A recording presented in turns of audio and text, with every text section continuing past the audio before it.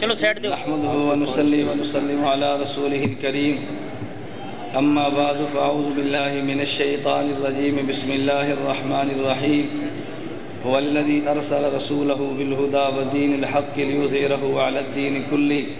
عن انس رضي الله تعالى عنه قال قال النبي صلى الله عليه وسلم ثلاث من اصل الايمان الكف عمن قال لا اله الا الله لا تكفره بذنب ولا تخرجه من الاسلام بعمل والجهاد مازم مزبعثني الله الى ان يقاتل اخر هذه الامه الدجال لا يبطله جور جائر ولا عدل عادل والايمان بالاقدار.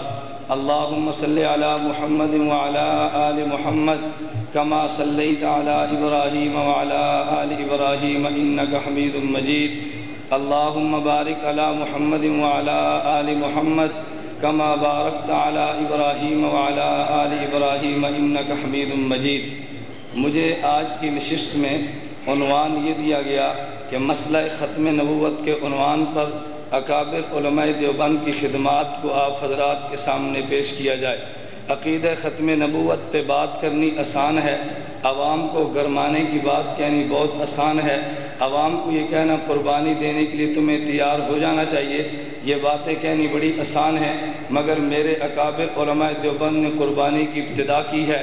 علامہ انور شاہ کشمیری رحمۃ اللہ علیہ اکفار الملحدین کے نام پر کتاب بھی لکھتے ہیں، نزول عیسیٰ کے نام پر کتاب بھی لکھتے ہیں، لیکن علامہ انور شاہ کشمیری ذوف اور بڑھاپے کے عالم میں دارالعلوم دیوبند سے چل کے بہاولپور کی سرزمین پہ ایک عورت کی آواز پہ لبیک کہتے ہوئے عقیدہ ختم نبوت کو بیان کرنے کے لیے عدالت میں گرج کر بیان دیتے ہیں، اور مرزائی مناظر مسلم الثبوت کی عبارت تواتر مانوی کو بیان کرتے ہوئے غلط بیان کرتا ہے.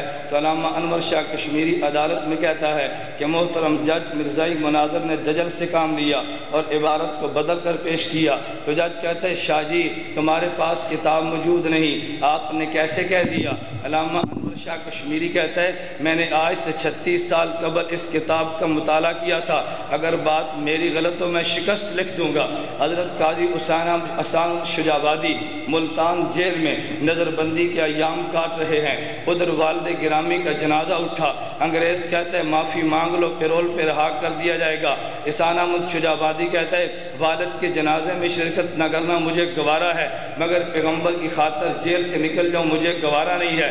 ادھر حضرت مولانا محمد علی جلندری نور اللہ مرقدہ ملتان میں 1956 میں جیل کاٹ رہے ہیں. حضرت کے بڑے بھائی حاجی صاحب کا انتقال ہوا، حضرت جیل سے باہر نہیں آئے. پھر ایک وقت آیا حضرت کے بھائی حاجی اسماعیل کا جنازہ اٹھا، پیرول پہ باہر رہا کیا گیا. ابھی گاؤں میں نہیں پہنچے، ایک آدمی مانکا کر کے کہتا ہے حضرت آپ کے علم میں ہے کہ تمہارا بھائی پہلے محمد عبداللہ کا انتقال ہوا جب تم جیل میں تھے، ابھی جس کے لیے تم آئے ہو تمہارے بھائی اسماعیل کا جنازہ اٹھا، تمہارے علم میں ہے کہ رات کو تمہارے دوسرے بھائی کا بھی انتقال ہو گیا. حضرت ان دونوں کی قبروں پہ گئے، والد زندہ تھا، صبح ہی تو باپ حاجی ابراہیم کا بھی انتقال ہوا. حضرت جلندری نے جنازوں کو دیکھا لیکن ناموس صحابہ کی تحریک سے پیچھے نہیں ہٹے.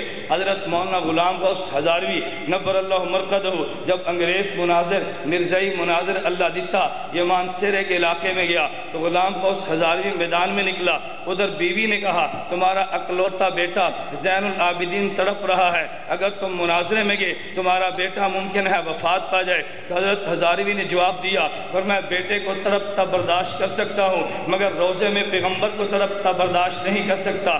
ابھی ہزاروی اسٹیج پہ نہیں پہنچا تھا، ابھی وہ بلاری اڈے پہ تھے، خبر آئی تمہارے زین العابدین کا جنازہ اٹھا. ہزاروی نے کہا بیٹے کا جنازہ ادا کرنا فرض کفایہ ہے، پیغمبر کی ناموس کی جنگ لڑنا فرض عین ہے. یہ میرے اکابر علماء دیوبند تھے. میں بڑی جرت کے ساتھ کہتا ہوں انور شاہ کشمیری نے جنگ شروع کی تھی بہاولپور کی عدالت سے، اس جنگ کو پایا تکمیل تک پہنچایا. قائد انقلاب مفتی محمود نے پاکستان کی اسمبلی میں اگر عدالت میں جنگ آئی ہے تو سید اسمت سید انور شاہ کشمیری دیوبند کا سرخیل آیا ہے، اگر اسمبلی میں جنگ آئی ہے تو مفتی محمود دیوبندی آیا ہے، اگر ساؤتھ افریقہ میں عدالت میں جنگ آئی ہے شیخ الاسلام مولانا تقی عثمانی گیا ہے، حضرت مولانا محمد امین اکاڑوی گیا ہے، حضرت علامہ خالد محمود گیا ہے، حضرت مولانا منظور احمد چنیوٹی گئے ہیں، اگر ربے کے نام بدلنے کی بات آئی ہے جناب نگر کا بدل کے نام رکھا گیا مولانا منظور احمد چنیوٹی نے، میں یہ بات بڑی جرات اور دعوے کے ساتھ کہتا ہوں، اگر مناظرے کا میدان مرزائیت نے سجایا ہے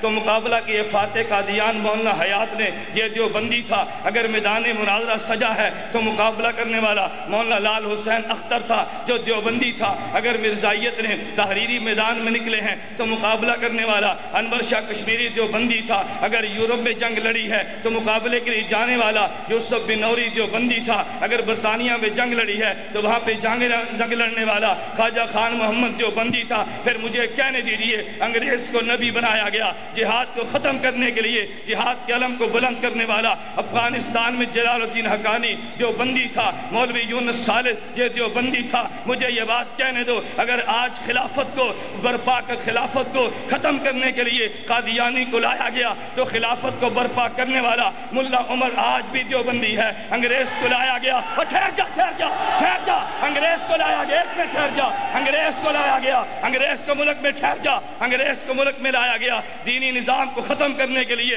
اس ملک میں وفاق المدارس کے نام پہ دینی تعلیم کو سر بلند کرنے والا مولانا سلیم اللہ خان دیوبندی ہے۔ اگر مساجد کو مٹانے کے لیے یہاں پہ انگریز قادیانی کو کھڑا کیا گیا، لال مسجد پہ قربانی دینے والا غازی عبدالرشید دیوبندی ہے۔ اگر ناموس صحابہ کو مٹانے کے لیے ٹھہر جا، اگر ناموس صحابہ کو مٹانے کے لیے انگریز کو اپنے پودے کھڑے کرنے پہلے ناموس صحابہ کی جنگ لڑنے والا عبدالستار توسوی دیوبندی ہے، امیر عظیمت مولانا حق نواز دیوبندی ہے۔ میں کہنا یہ چاہتا ہوں ہر محاذ پہ علماء دیوبند نے جنگ لڑی ہے، پرویز مشرف بھی سنے، اس کی ذریت بھی سنے، بش بھی سنے، ہم نے ہر محاذ پہ جنگ لڑی ہے۔ اگر تم نے جنگ چھیڑی ہم تمہیں اپنے اکابر علماء دیوبند کے نقش قدم پہ چلتے ہوئے جنگ لڑنے کا حق ادا کر دیں گے۔ اگر اس سرزمین پہ تم نے انگریز کے پودے کو 100 سالہ جشن منانے کی اجازت دی تو میرے اللہ نے چاہا اور جشن کو تہس نہس کر دیا جائے گا۔ اگر تم نے اجازت دی تمہاری حکومت میں نیک ٹھوک دیے جائیں گے۔ اگر تم نے اجازت دی